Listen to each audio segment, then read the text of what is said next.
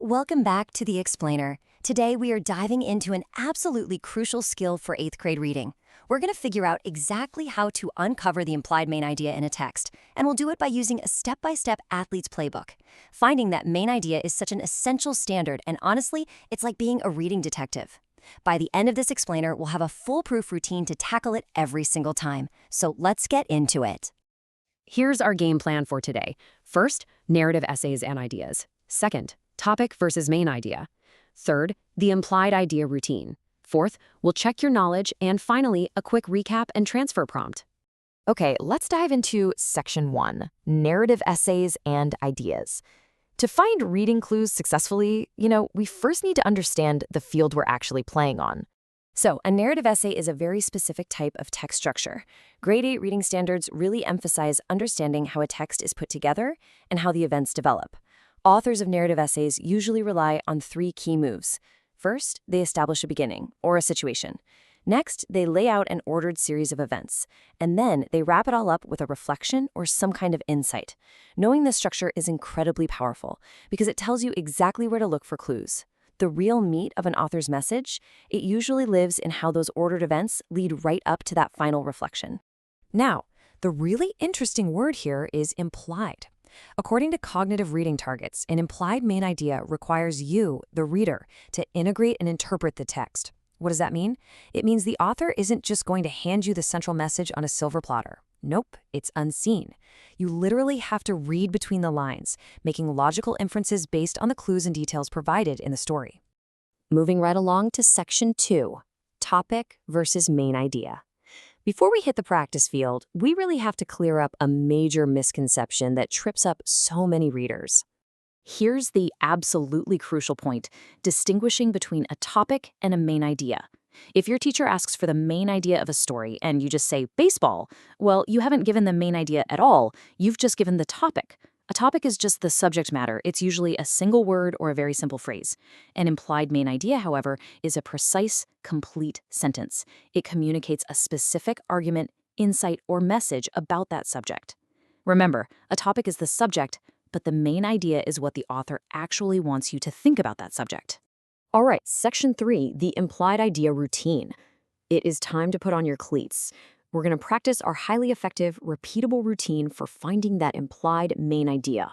Let's take a look at this clearly labeled practice paragraph about a student preparing for a baseball game. It reads, "Before the sun rose, I stood in front of the mirror visualizing my swing. I tightened my cleats to remove any slack and breathed in the cool air. My batting average was slumping, but as I grabbed my lucky bat and pictured the perfect pitch, my nerves transformed into fierce focus." Notice the narrative moves happening here? We've got the situation of waking up early, the ordered events of putting on the gear, and then that internal reflection at the end, where nerves actually transform into focus. To extract the real meaning from that paragraph, we're going to use this simple 4-step routine.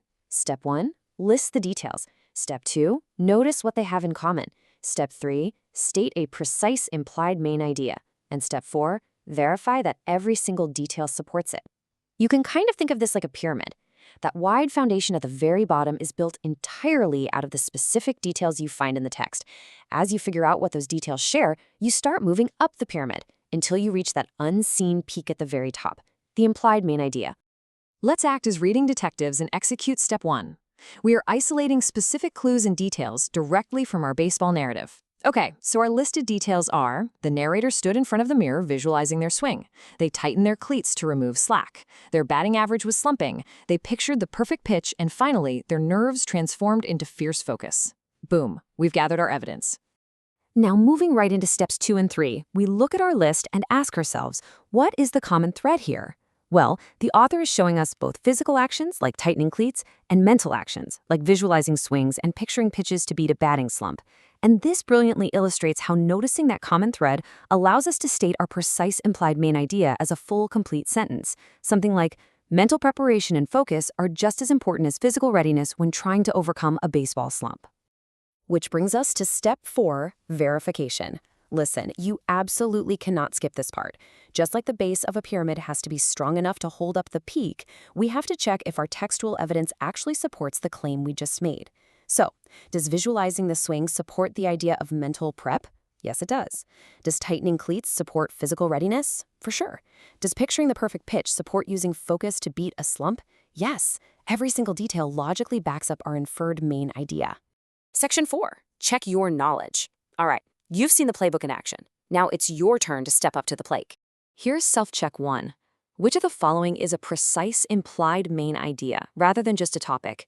Is it A, baseball practice, B, striking out at the plate, or C, consistent practice builds the resilience needed to succeed in sports?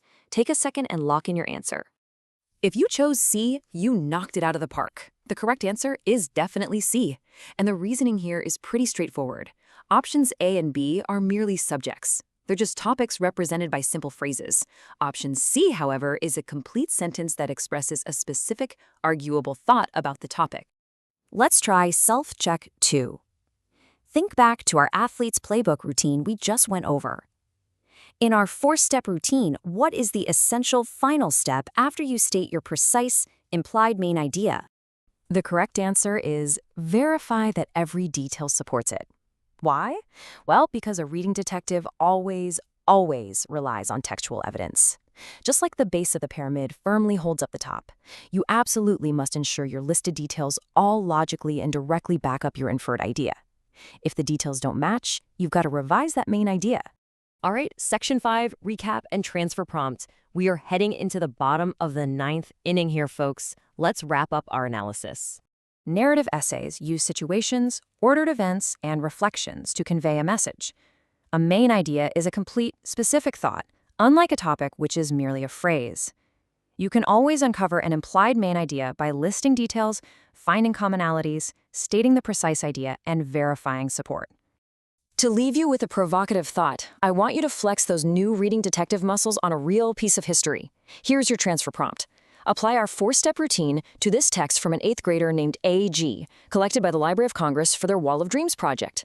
I want to be able to use my brains to become a geneticist. If I can make the world better for even one person, I will have met that goal. I want everyone here to understand and help each other. That is my American dream. Read those details carefully, find the common thread, and see if you can state A.G.'s implied main idea. Thank you for learning with me today on The Explainer, and keep practicing that reading muscle memory.